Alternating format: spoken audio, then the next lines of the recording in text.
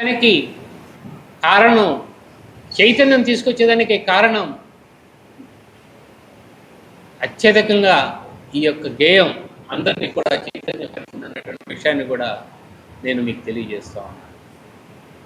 మరి ఆ విధంగా మంచి ప్రఖ్యాతిగాంచినటువంటి ఈ యొక్క గేయాన్ని మరి ఎందుకు 2 చరణాలకే వదిలేసి కేవలం ఎక్కడో తీర్మానంలో ఒక ముస్లిం వ్యక్తి అయినటువంటి ఆయన అడ్డుపడితే మరి మొత్తం మార్చేయడం ఎంతవరకు సమంజసం అని చెప్పి నేను అడుగుతా ఉన్నాను. హిందువులు మెజారిటీ ఉండేటువంటి ఈ దేశంలో ఎక్కడా కూడా మైనారిటీలని ఎక్కడా కూడా హింసించకుండా మైనారిటీకి పెద్దపీట వేస్తూ వాళ్ళని గౌరవిస్తూ ఇవాళ చూడండి, వెంకటేశ్వర స్వామి ఉన్నారు. వెంకటేశ్వర స్వామి ధర్మపత్ని పద్మావతి దేవి.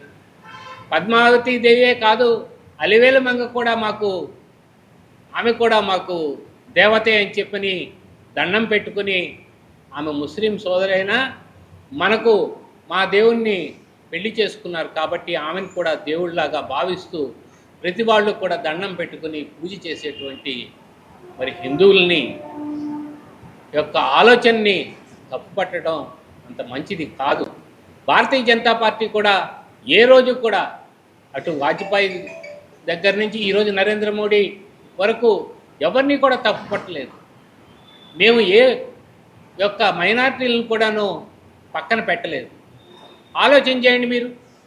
వాజ్పేయి గారు ఉన్నప్పుడు ఈ దేశ ప్రథమ పౌరుడిగా ఎవరున్నారో ఒక్కసారి ఆలోచించండి. రాష్ట్రపతిగా అబ్దుల్ కలాం గారు.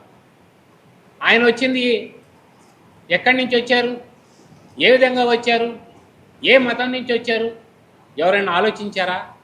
ఆయన యొక్క ప్రతిభని, ఆయన యొక్క గౌరవాన్ని గుర్తింపు చేసి మరి ఈ యొక్క దేశానికి రాష్ట్రపతిగా అవకాశం ఇచ్చినటువంటి ఘనత భారతీయ జనతా పార్టీ ఆనాటి చంద్రబాబు నాయుడు కూటమి ప్రభుత్వంది కాదా అని చెప్పని ఒకసారి గుర్తు చేసుకోమంటున్నాను. మరి ఇలాంటి విషయాల్లో లౌకికవాదం ఏంది? మేమేదో లౌకికవాదానికి వ్యతిరేక శక్తుల్లాగా ఉన్నామని చెప్పని మా మీద బురద చల్లేటువంటి కార్యక్రమం చేస్తున్నారే. మరి ఇలాంటప్పుడు మాకు అలాంటి ఆలోచన అయితే అబ్దుల్ కలాం గారిని వాళ్ళ అందలం ఎక్కించేదానికి ఎందుకు శ్రీకారం చుట్టాము అన్నటువంటి విషయాన్ని కూడా నేను మీకు తెలియజేస్తున్నాను. మరి ఇవాళ వందే మాతరం గీతాన్ని మిగతా 6 అయితే మొత్తం కలిపి 2 చరణాలు కాకుండా మిగతా ఉన్నటువంటి 4 చరణాలని కలిపి పాడాలి అని చెప్పని దీనికి చట్టబద్ధత కూడా తీసుకురావాలని చెప్పి అనుకున్నాను. 1950 సంవత్సరంలో డాక్టర్ బాబు రాజేంద్ర ప్రసాద్